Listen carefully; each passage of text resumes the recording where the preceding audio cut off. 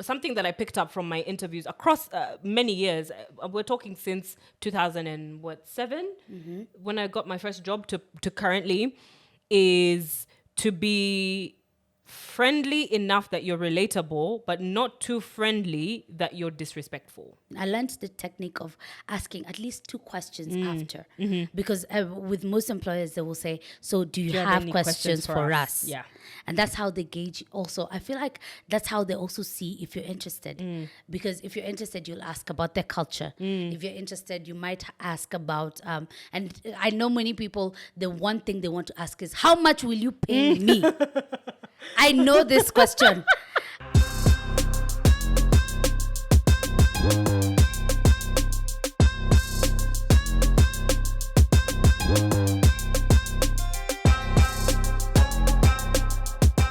Hi, everyone. Welcome back to the Ages and Stages podcast. My name is Dee. I'm Things Dee Says on the socials. And we have the firecracker co-host right next to me. The one, the only, the fabulous Bildina Kasema. And we are at the Ages and Stages podcast. This is a podcast where we discuss the intersection between formal education and the school of life. Let me tell you. Because you will learn things from both.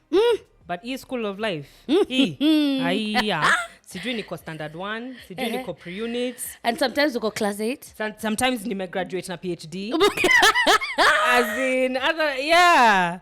So today we wanted to talk about something that people have really expressed interest in, which is how to interview. How to present yourself at a job interview. I've had enough jobs to where I can tell you how, the do's and the don'ts and the, tries and whatever. But again, I have to be conscious of the fact that my experience has been in Australia and not in the Kenyan context. And so I'd be so keen to hear if this translates to different countries, different contexts. Do you know what I mean? And please tell us. Tell us on just under here. You can comment. You can leave us a DM or something, and tell us if it translates. If you feel it translates after this conversation. If there are things you've picked up in terms of the interview process and how it works really, really well. And just to kick us off, Dee, one of the major things that I think before the interview is a big one is, what do I wear? Ooh, what do I wear? Do you know, it's one of those things where it's actually an important thing, but you don't really prioritize it. Well, I don't think a lot of people prioritize it, but you're right. How do you present yourself is your first impression, right? So what do I wear to an interview? Again, another thing that is so polarized, because there's some employers, like for instance in Australia, maybe in tech, who don't really care about what you wear because you're dealing with machines. Whereas there's other employers, maybe in the legal sector, where you have to present yourself very smart, very, professional looking, and that's your entire career basically. That's true. What do you wear to an interview? Like, what would you wear to an like if you were interviewing for your current job right now in person? Yes. How would you consider what to wear? And I'll talk about this based on the Kenyan experience, only because even when I was running a business, how people address you is based on how you dressed. It just is. For me, that's been my experience in Kenya. Perhaps you've had a different experience, but how people address you is how you're dressed. And one of the most important things that I've realized is, because they can't see your personality, they can't see your experience, they can't see everything, you want to have the best impression from there. So for my current job, I'd probably I like a collared shirt. I always liked a collared shirt, looking a little official, but playing it down as well, because I have to work with students as well. So being able to be relatable as well. So I realized some of the things really stand out that way. However, for me, I think it's about looking at yourself in the mirror and asking yourself, am I confident in this? What am I feeling? Is this, I used to have a power dress whenever I had to pitch a product to someone, and it was a red dress, and I knew if I wear it, how I feel in this. So this is the corporate version of a freakum dress. Let me tell you.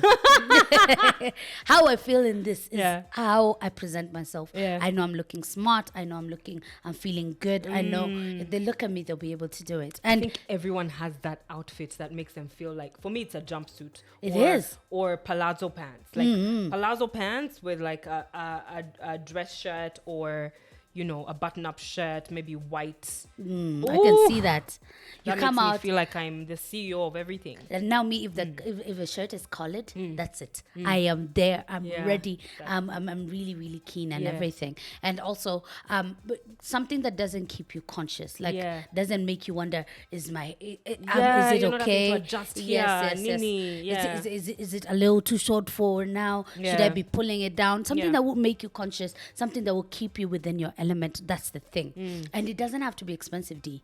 Imagine in this Nairobi, if you walk into a market, and I don't want to advertise any, but if you walk into a market, you're able to get like even an open air market. Yes, 200 shillings, 100 shillings with a nice skirt and whatever shoes you want to wear, and you're looking hot, you're feeling good. And I find I'm looking for that feeling even when I'm going in for meetings where I have to present something or show up a certain way. I'm really keen to show up that way. And I feel like wear sensible shoes as well. I didn't used to wear sensible shoes.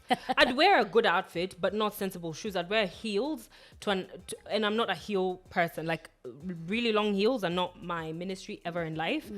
So tell me why my first few interviews in life, I used to wear high heels. I thought that was what it was expected. That's what I saw on TV, things like that. So I was like, okay, so I have to walk into this interview clicking and clacking. Because that's what we saw. But I'm not, my knees are trembling. Everything is shaking. The foundation is not stable. How am I going to be comfortable walking into an interview? And I feel like even just the process of walking in physically has to be a comfortable one. And so wear sensible shoes. But now the world has transitioned into online interviews. We do a lot of things remotely. We do a lot of things online. And something that I picked up from my interviews across many years, we're talking since 2007, when I got my first job to currently, is to be friendly enough that you're relatable, but not too friendly that you're disrespectful. I like that. To be friendly enough that you are relatable, but not to be too friendly that you're disrespectful. Yeah, but you see, I'm talking about an Australian context. I don't know if that works here, because I've noticed workplaces in Kenya are not like workplaces in Australia. In Australia, you can go and have a piss up with your boss on a Friday night. Piss up, you mean like a drink up, eh? After work drinks, and end up in a ditch together, and Monday morning you're fine. Do you know what I mean? Stagger home together, like, and I don't mean together as in you're together. I mean you've been drinking together, you've been socializing together. The culture is and no one remembers. Different. No, even if they remember, work continues. Do you know what I mean? I know. And it's like, so I've noticed the culture here is very different. People don't really mingle with upper management like that, or upper management mingles only with certain people, or if at all. So for me, what I realized, especially abroad, is because I looked different. I'm black. I'm a minority in the Western world. People don't really know how to interact with me. They didn't. A lot of places, I was the only black person they'd ever seen. I was the first black person to ever enter those spaces. So they wanted to know, and I could see the wheels turning in their head after some time. Can we relate with you? When there's conflict, can we rely on you? Yes. If we're celebrating, are you going to be there? How do you handle drama? How do you keep things confidential? When mtu akusengenyana? So that's something I'm keen to hear from you in terms of your Kenyan experience, right? Because like even when I talk to people like my dad is an employer. When I talk to him about the process here, it's just so different. Like when I go into an interview room in Australia, an interview room, I mean even remotely, it's perfectly fine to crack jokes in the interview. I mean, obviously within reason. Yes, within reason, within, and you gauge the conversation as you go along the interview. But it's perfectly fine to even talk about what you did on the weekend. To ask your potential interviewer, what did you get up to this weekend? Yes. Do you know what I mean? And those are the nuances I'm saying are different. How is it in the Kenyan context when you're interviewing? And even you, when you were an entrepreneur, basically an employer, what are the things that you worked with people and you're like, oh, you? That's an interesting question. I will say interesting because of, yes, it is different. It is different. And I see it now between where I work now and my experience working and building a business here. And some of the things that I notice very, very evidently is one, that there are there are very strict boundaries towards how you're able to approach it. There are boundaries, there's up to where you can see it. But I think one thing that remains the same is that they measure the energy that you have. People will always want to know. They're asking the same questions that say what you said. What is this person like? How will they be like in this kind of situation? And of course, it depends on what you're interviewing for. If you're interviewing for a government job, when you're interviewing for the private sector, when you're interviewing for the military, these will be completely different jobs, and you'll know exactly how to relate and what to wear and what they're looking for. But it is easy to almost anticipate and know what's going to happen there. One of the things that you must always remember is that they're reading you. They're reading your energy. They're reading how you are.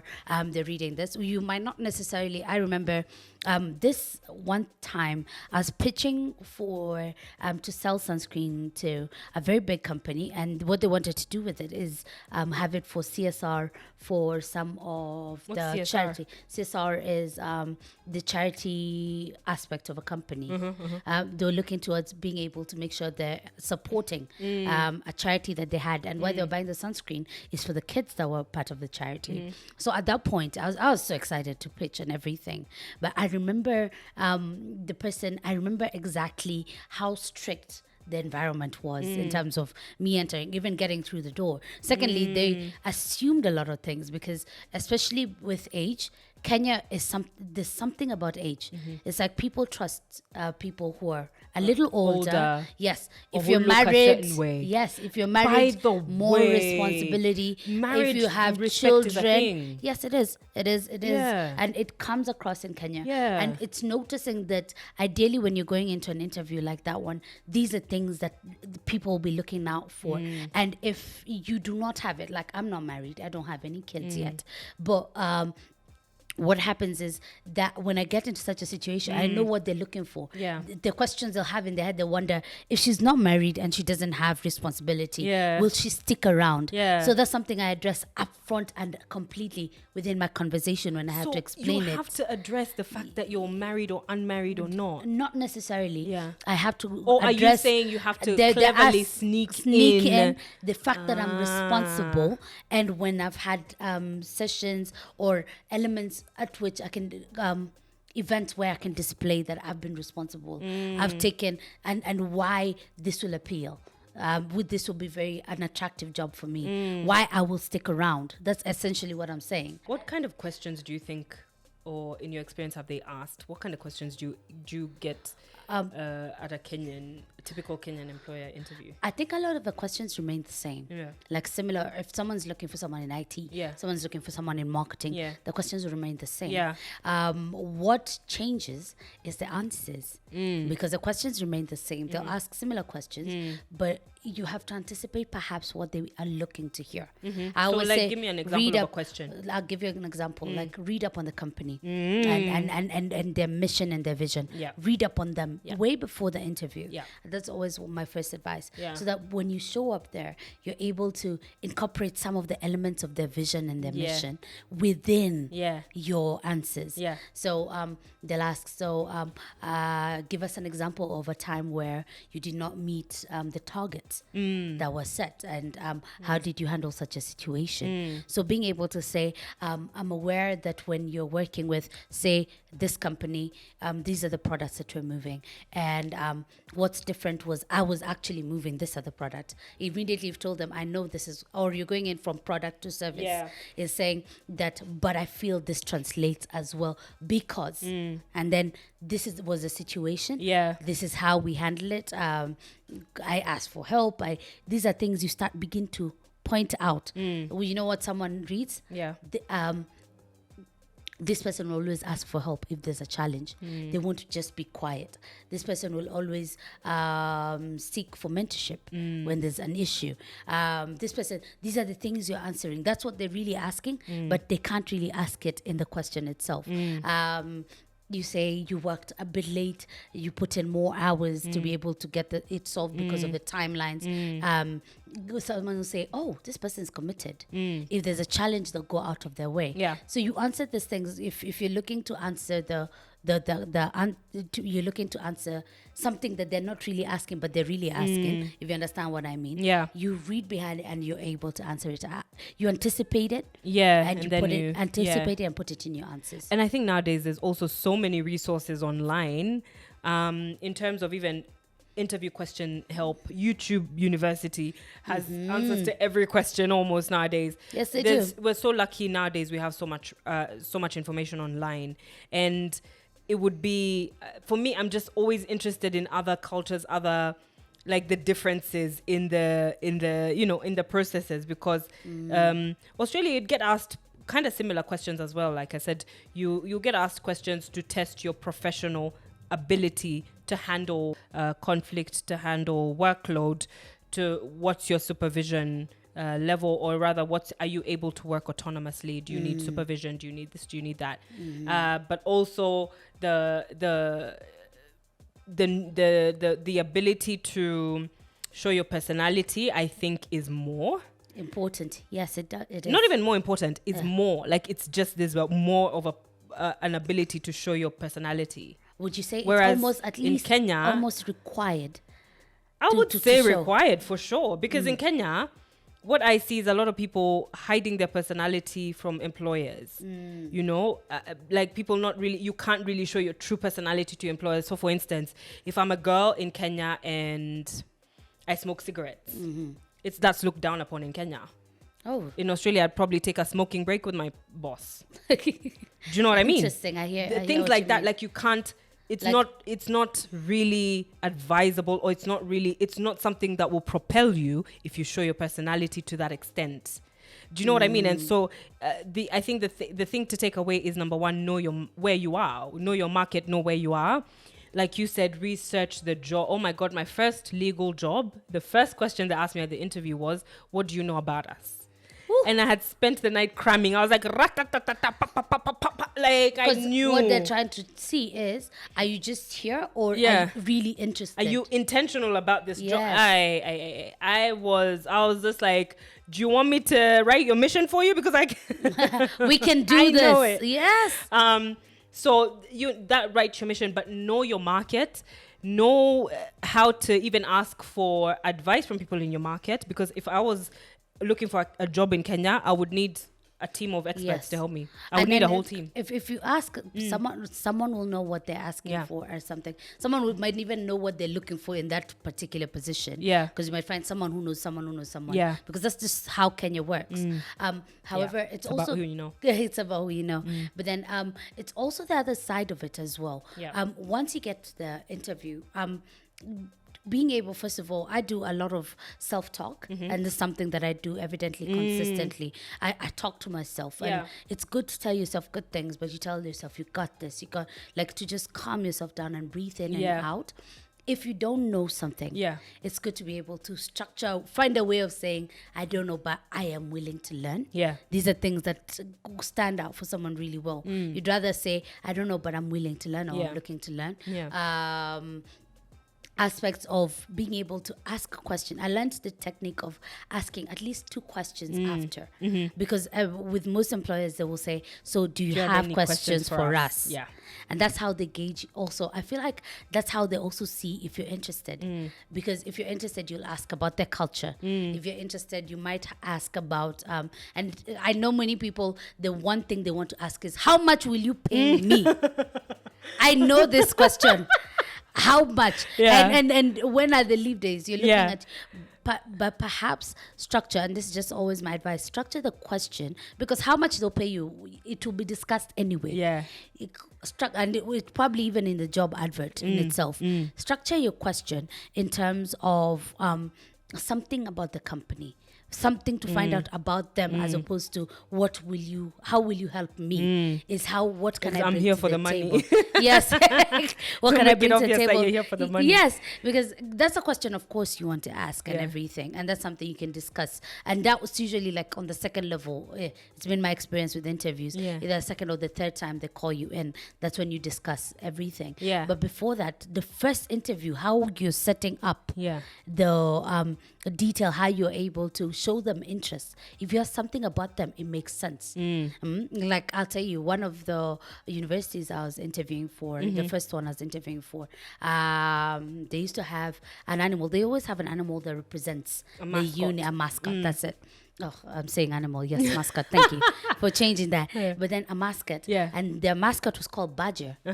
So I was like, I didn't even understand the culture. So I was like, so something interesting I found out. Who is Badger? What is Badger about? Yeah. It looked funny, but what it told them is, she's interested. She's looked. Yeah. She's asked. Yeah. If she doesn't know, she will ask. Yeah. And it just is able to verify something. Yeah. And she's interested. She knows that this is not, you're not a copy pasting from your previous interview. Yes. You know, if the mascot for this one was a kangaroo, yes, and the other one was a koala, you're asking about a specific thing so they know you've done your research. Yes, they know. So you prove, it's almost like you prove yourself. But ask something about them. Always ask. I feel like find out something about them and ask the question. Yeah. Just ask. Make it very simple, but ask. Yeah. Yeah. What do you feel about someone saying, how much will you pay me?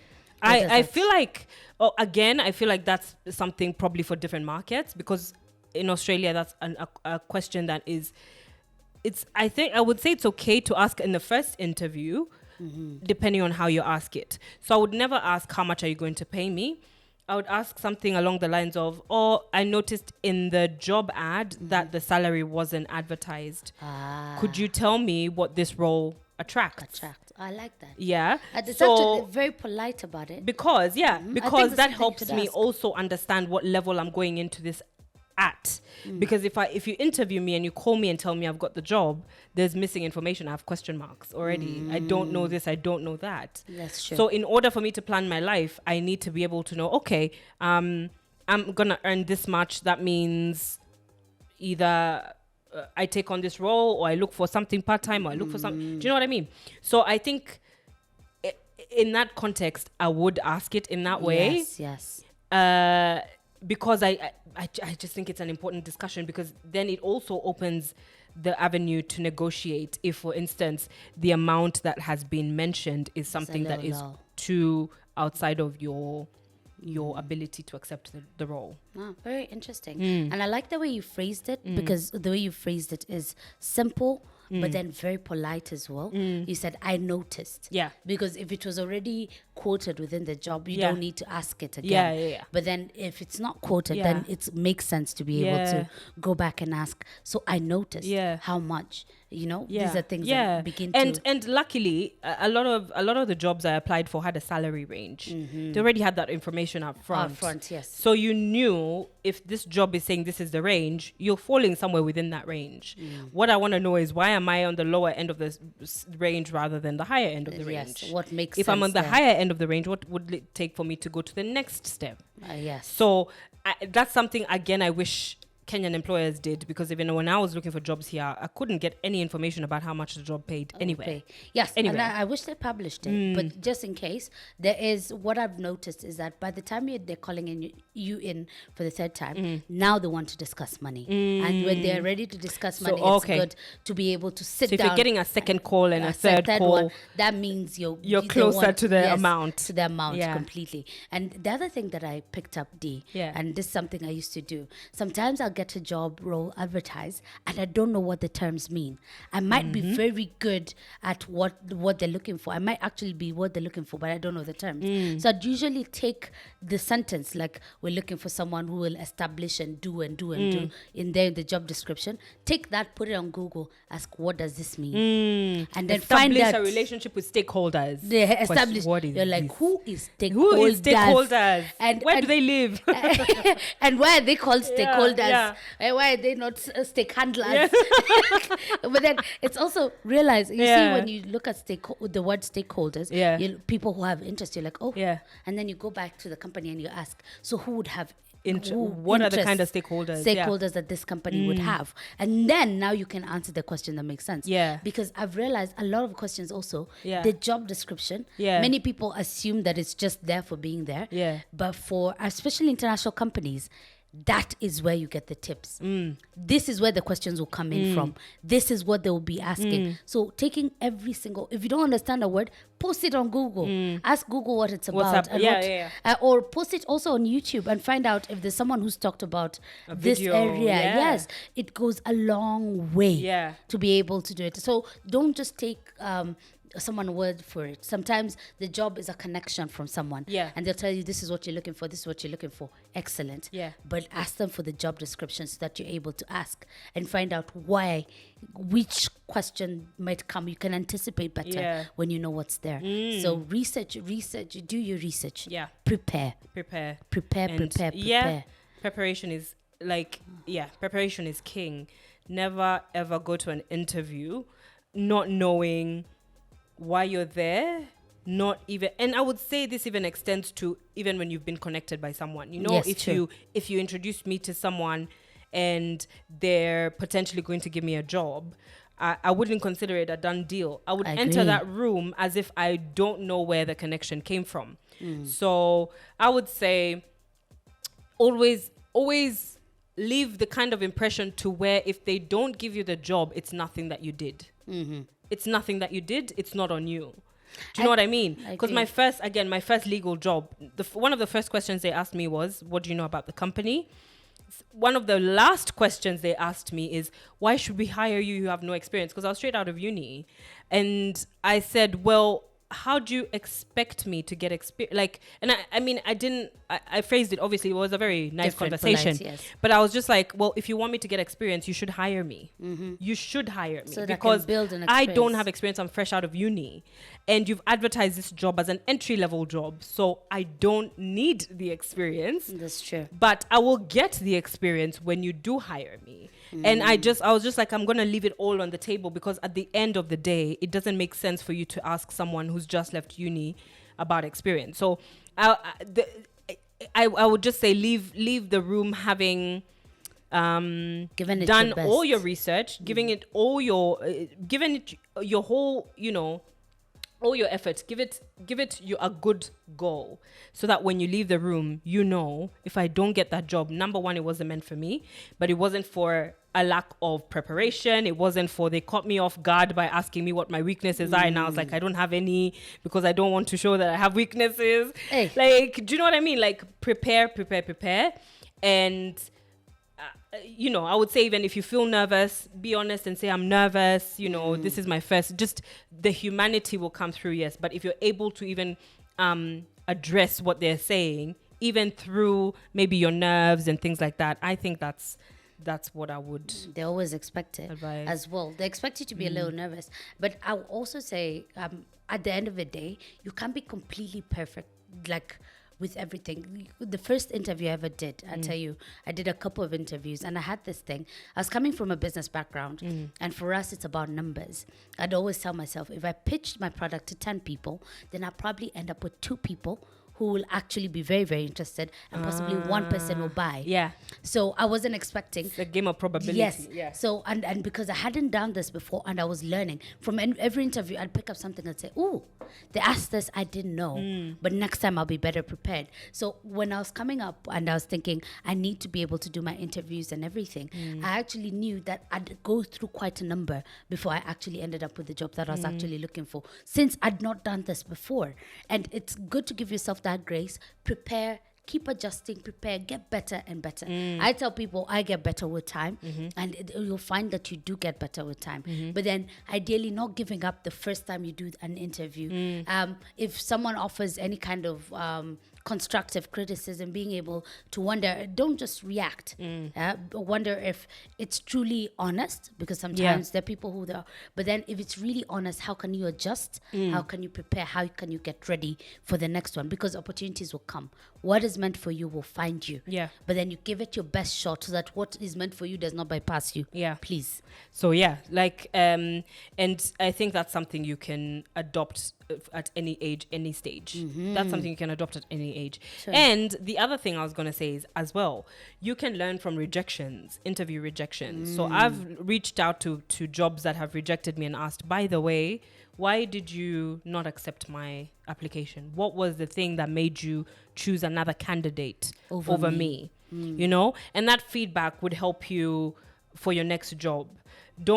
If you have an opportunity to, because I know it's not every chance you'll have an opportunity to, but if you have an opportunity to, contact the HR person, contact the recruiter, ask them if you've gotten a rejection, what was it that made you not want to hire me, especially if you've done an interview, because by the time you're being called for an interview, of course they're thinking you've got the ability to do the job. So if you don't get the job, then obviously you want to know why, because you've already gotten to the interview stage, which means you're potentially the right candidate. What was the factor that separated you from somebody else? Excellent. Yeah, and that's just another thing I think for any age, any stage, probably any situation in life where you're trying to figure out how can I do better. Just is that feedback from other people. Yeah. As well. And one of the things I'm picking up from you is that if you're asking correctly, someone will be like very keen to help you and direct oh, by the way, we think this is why, and this is the reason why. Yeah. And perhaps you can improve on this for your next pitch, which is excellent. Yeah. And that's it. I think talk to us. Tell us about any interview you've done. What was your experience? Any tips you might be able to give out? Maybe we didn't mention all of them. Any tips you might be able to give out to all our listeners and everything they can be able to do? Look, I would love to hear in comments, in you know, if you're watching on YouTube, in the comment section. If you're listening to the podcasts, either leave us a voice note or a comment and tell us your experience here in Kenya, especially what's going on in the job market in terms of interviewing. Have things changed now that a lot of things are remote? Let us know. And tips. Give us. We don't know everything. Remember, we're here to teach, to learn, to heal. So remember, we don't know everything. Please give us any tips you may have out there that perhaps you feel might really help. Are you a HR person and you're working with people and you're seeing these things and you're saying, I wish young people knew this. I wish people coming in for interviews knew this. Is this something that you're keen? We'd love to hear from you. And that has been Ages and Stages, Podcast KE. As always, the fabulous Bildina at Bildina Kasema. And we have... And I'm Dee. Thank you for listening. Thank you if you're watching us. If you're watching on YouTube, please remember to subscribe and interact with our posts, like the video, because that helps us to reach more people. And share it with your friends. Share with people who you think this conversation is relevant for. It really helps us when you subscribe to our channel, because it helps us now be able to produce more content for you, be able to give you more content. So we ask that you do us that small favor on our platforms, and we will see you next week. Excellent.